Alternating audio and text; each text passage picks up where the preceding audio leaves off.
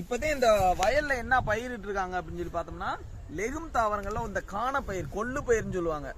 இளைச்சவனுக்கு எள்ளு, இந்த வலியவனுக்கு வந்து கொள்ளு அப்படிம்பாங்க. அதாவது குண்டா ஃபேட்டியா இருக்கவங்களுக்கு வந்து கொள்ளத்தையும் கொடுக்கணும், அப்படின்னா அதுல எந்த நியூட்ரிஷனுமே இருக்காது அப்படின்னு சொல்லுவாங்க. ஆனா உண்மை அது கிடையாது, நிறைய நியூட்ரிஷன் வந்து இதுல வந்து இருக்கும்.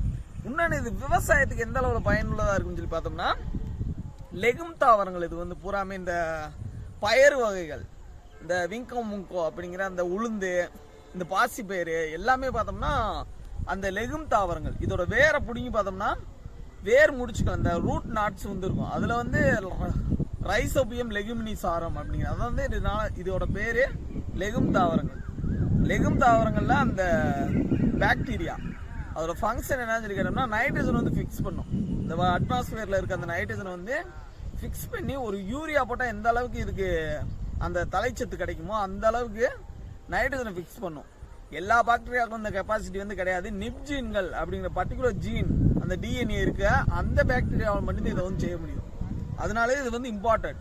இந்த உரம் போடுற காட்டில் இந்த மாதிரி தலைவு உரங்கள், பாசி பயிரோ இந்த பயிர் வகைகள், உளுந்தோ இந்த காணமோ ஏதாவது போட்டு வேர் முடிச்சுல வந்து நைட்ரஜனை ஃபிக்ஸ் பண்ணுறதுக்கு ஹெல்ப் பண்ணும். இது வந்து ஒரு சூப்பரான ஒரு பயிர் சுழற்சி முறை, நல்லா உகந்தது. ஆனால் இந்த ஏரியாவில் யாருமே போடல, இவர் மட்டும் இந்த பயிரை போட்டிருக்காரு.